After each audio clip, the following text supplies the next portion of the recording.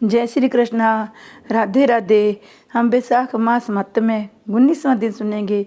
जय श्री कृष्ण भगवान ने की जय। पहले हमने सुना कि इंद्र भगवान पर स्त्री गमन से दुखी होकर वे गुफा के अंदर छिप जाते हैं, तो सभी देव देवता और बृहस्पति आके समझाते हैं कि जो होना होता है उसको कोई टाल नहीं सकता, तो बैसाख धर्म करवाने से उनको पाप से मुक्ति दिलवाते हैं। सूर्यदेव जी बोले, हे राजन, इन सब पुण्यवर्धिनी तिथियों में शुक्ल पक्ष की द्वादशी संपूर्ण पाप नाश करने वाली है। जिसने इस द्वादशी का सेवन नहीं किया, उनके दान तप उपोषण व्रत आदि करने से क्या फल है, इष्टतापुर से क्या फल है। जो फल गंगा पर ग्रहण के समय सहस्त्र गोदान करने से मिलता है, वही बैसाख मास में द्वादशी के दिन योग्य ब्राह्मण को अर्पण करने से होता है। गंगा में दुर्भिक्ष के समय में प्रतिदिन करोड़ों मनुष्यों को भोजन कराने से जो फल मिलता है, वही द्वादशी के दिन एक ब्राह्मण को भोजन देने से मिलता है। जो शुक्ल पक्ष की द्वादशी के दिन एक चुटकी अन्न भी सुपात्र ब्राह्मण को देता है, उसे कोटि ब्राह्मण भोजन का फल मिलता है। जो मधु सहित तिल के पात्र का दान द्वादशी के दिन करता है, वह संपूर्ण बंधनों से छूट विष्णु लोक को चला जाता है। शुक्ल पक्ष की एकादशी के दिन जो रात्रि में जागरण करता है, वह जीते जी ही मुक्ति पाता है। उससे सब देवता प्रसन्न होते हैं। करोड़ों सूर्य ग्रहण चंद्र ग्रहण में जो तीर्थों में स्नान आदि करने से फल मिलता है, वही एकादशी के दिन प्रातःकाल स्नान करने से मिलता है। जो मनुष्य द्वादशी के दिन तुलसी के कोमल पत्रों से विष्णु भगवान का पूजन करता है, वह अपने 7 कुलों का उद्धार करके विष्णु लोक को जाता है। जो कोई बैसाख में द्वादशी के दिन बच्चे सहित गोदान करे, वह अपने कोटि कुलों का उद्धार कर विष्णु लोक को अधिकारी होता है। जो कोई शुक्ल पक्ष की द्वादशी के दिन यम पितृगण गुरु देवता और विष्णु भगवान के निमित्त दक्षिणा से जल का घड़ा दान करे, दही और अन्न भी दान करे, उसका फल सुनो। उसको जो पुण्य प्रयागराज में प्रतिदिन करोड़ों मनुष्यों को 1 वर्ष तक सट्रस युक्त भोजन कराने से होता है, वही फल मधुसूदन भगवान की आज्ञा से उसको मिलता है। जो कोई द्वादशी के दिन शालिग्राम दान करता है, वह संपूर्ण पापों से छूट जाता है। जो ग्रहण के समय गंगा में शपथदीपति पृथ्वी को करोड़ों बार दान करे, उसके समान ही फल मिलता है। द्वादशी के दिन जो मधुसूदन भगवान को दूध से स्नान कराए, राजसूय अश्वमेघ यज्ञों का सम्मान फल मिलता है, वही फल गंगा में मिलता है, इसमें संदेह नहीं। त्रयोदशी के दिन जो दूध और दही मिलाकर विष्णु भगवान को पूजन कराए, उसमें शर्करा मधु और घृत मिला मधुसूदन भगवान की प्रसन्नता के लिए भक्तिपूर्वक पंचामृत से भगवान का स्नान कराए, वह अपने सब कुलों का उद्धार कर विष्णु लोक को जाता है। जो सायंकाल के समय विष्णु भगवान की प्रसन्नता के निमित्त शरबत दान करे, उसके पहले के पाप ऐसे दूर हो जाते हैं जैसे सर्प अपनी पुरानी कैंचुली छोड़ देता है। सायंकाल के समय जो रसीली ककड़ी दान करे, उसके रस का प्रताप से कर्म बंधनों से मुक्ति पाता है। जो कोई ईंख अथवा आम दान करता है, उनके कटम में 100 पीढ़ी तक बराबर संतान चलती रहती है। जो द्वादशी के दिन सायंकाल के समय में चंदन आदि दान करे, वह आने वाली व्याधियों से सदैव मुक्त रहता है। हे राजन, द्वादशी के शुक्ल पक्ष में जो कुछ भी पुण्य किया जाता है, वह अक्षय फल का दाता होता है। हे राजन, इसकी प्रख्याति क्यों हुई, यह भी तेरे सामने कहता हूँ। इसके सुनने से संपूर्ण पाप दूर हो जाते हैं, अत्यंत मंगलकारी है। प्राचीन समय में कश्मीर देश में एक देवव्रत नामक ब्राह्मण हुआ था। उसकी मालिनी नाम की एक पाप रूपी पुत्री हुई। वह कन्या सत्यशील नाम के एक बड़े विद्वान ब्राह्मण से ब्याही गई। उसे विवाह करके वह अपने यमन नाम देश को चला गया। वह रूप यौवन से युक्त कभी भी पति को प्रिय न हुई और निष्ठुर उसे सदा द्वेष रखे। इसके अतिरिक्त किसी में भी कुछ द्वेष न रखे। अपने पति पर क्रोध करके वशीकरण करने की इच्छा से उसने अन्य स्त्रियों से पूछा, जिनको पहले उनके पतियों ने त्याग दिया था। तब वे बोली, तेरा पति वशीभूत हो जाएगा, हमें अच्छी तरह विश्वास है। हमने तो वशीकरण की औषधि से अपने पति को वश में कर लिया। तू योगिनी के पास जा, वह सुंदर औषधि दे देगी। तू सोच विचार मत कर, तेरा पति तेरे दास के समान हो जाएगा। तब हे राजन, वह उनके कथानुसार योगिनी के मंदिर में जा योगिनी को अत्यंत प्रश्न करने वाली था। वह दुराचारणी भूसिंगरी उस कुटी में पहुंची जहाँ 100 स्तंभ बने हुए थे। वह कुटी बहुत लंबी चौड़ी कांतिमान थी। उसके चारों ओर झालरदार कपड़ा लगा था, जिसमें गोटा किनारी लगा हुआ था। बड़ी बड़ी दीवारों में चारों ओर सफेदी हो रही थी, दीपक जगमगा रहे थे। ऐसे शोभायमान स्थान में विराजित सेवा करने को आने वाले को देख रही थी।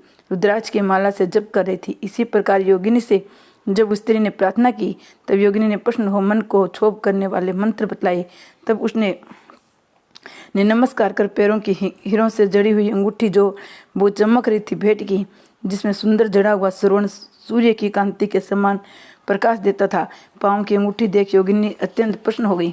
पति के अपमान से व्यथित हृदय को वृत्तांत जान हित की बात कहने लगी। ये रक्षा चूर्ण संपूर्ण प्राणियों को वश में करने वाला है। ये चूर्ण अपने पति को दे, उसकी गिरवा की रक्षा करना, तो तेरे पति तेरे वश में हो जाएगा और किसी के पास न जाएगा। तो तेरे दुष्चरित्रों को देखकर भी वह कुछ नहीं करेगा। वह उस चूर्ण को लेकर अपने घर आई और संदेश में दूध में मिलाकर वह चूर्ण दे दिया और गिरवा की रक्षा कर दी। कुछ विचार न किया। हे राजन, उस चूर्ण को पीने से उसे 6 रोग हो गया, जिससे वह दिन छीन होने लगा और उसके गुह स्थान में दुष्ट घाव होने से कीड़े पड़ गए। जब कुछ दिन पति की ऐसी दशा हो गई तो दुष्ट पुंचुली इच्छापूर्वक विचारने लगी।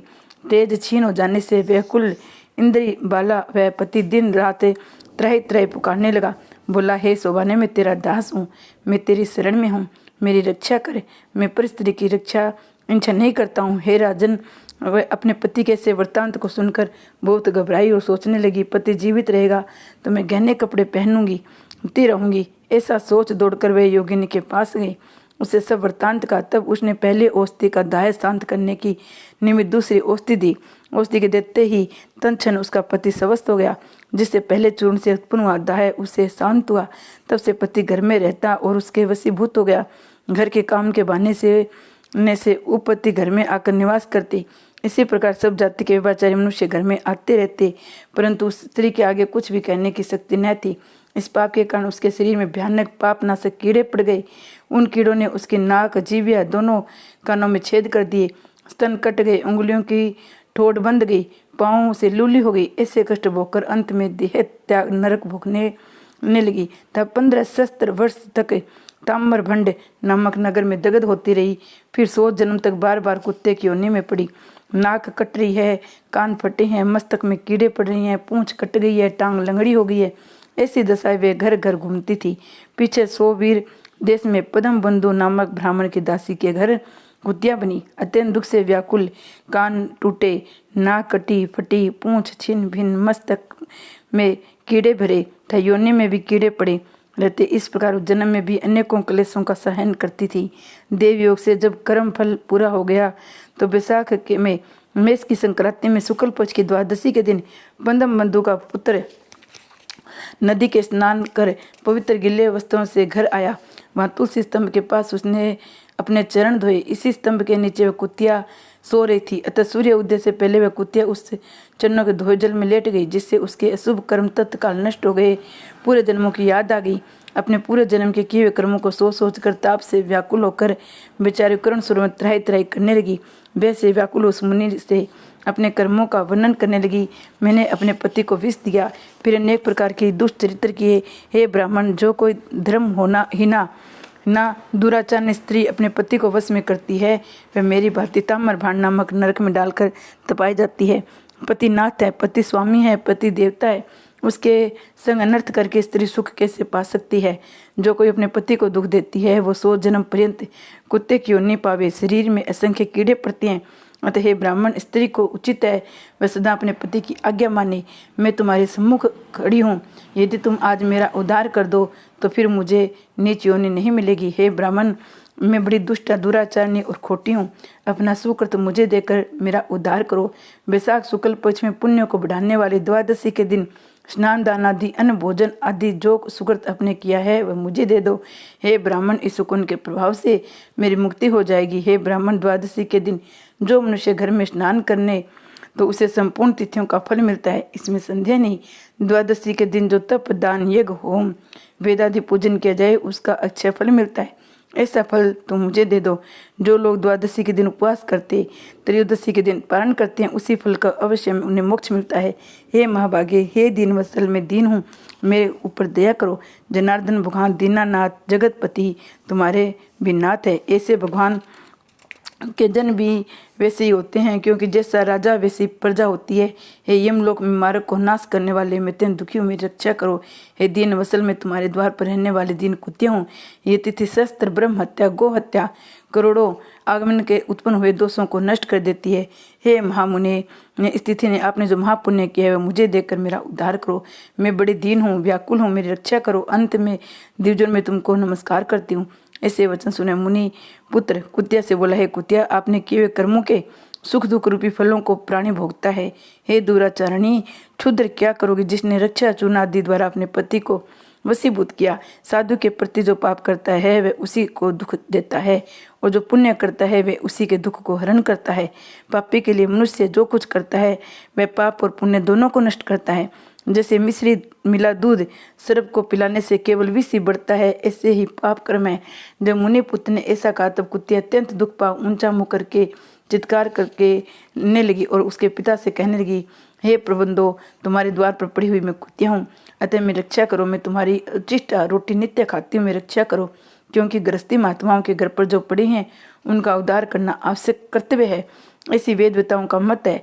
चंडाल कुत्ता ये सदा ग्रस्तों के दया पात्र है, बलि भोजी है। आपने पाले हुए असमर्थ रोग से पीड़ित का जो उद्धार नहीं करते वे अवश्य नरक में पड़ते हैं, इसमें संदेह नहीं।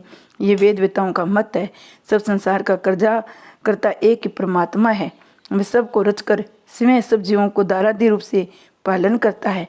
अतः अपने पाले हुए की रक्षा करना भगवान की आज्ञा है।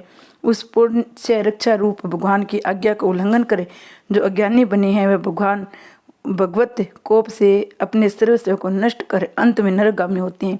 ये कर्म कर्तव्य है और तुम दयालु हो, अतः एवं मुझ दुर्बुद्धि का उद्धार करो। घर के भीतर दुख से आर्त कुतिया के ऐसे वाक्य सुनकर पद्मबंधु सिंगरी घर से बाहर आए और कुतिया से पूछने लगे, क्या बात है।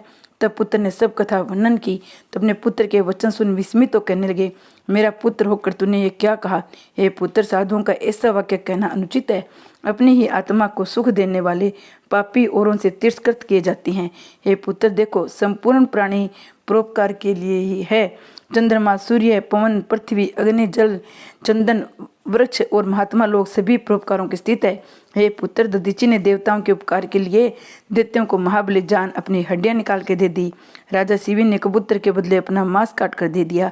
जब भूखे सैन ने कबूतर के ऊपर छलांग मारी थी, जिम्मत वाहन नाम के एक राजा पृथ्वी मंडप पर हुआ था, उसने भी महात्मा गरुड़ के नीचे लिए अपना जीवन दिया। अतः विद्वान ब्राह्मण को तो सदा ही दया करनी चाहिए। जय श्री कृष्ण भगवान की जय।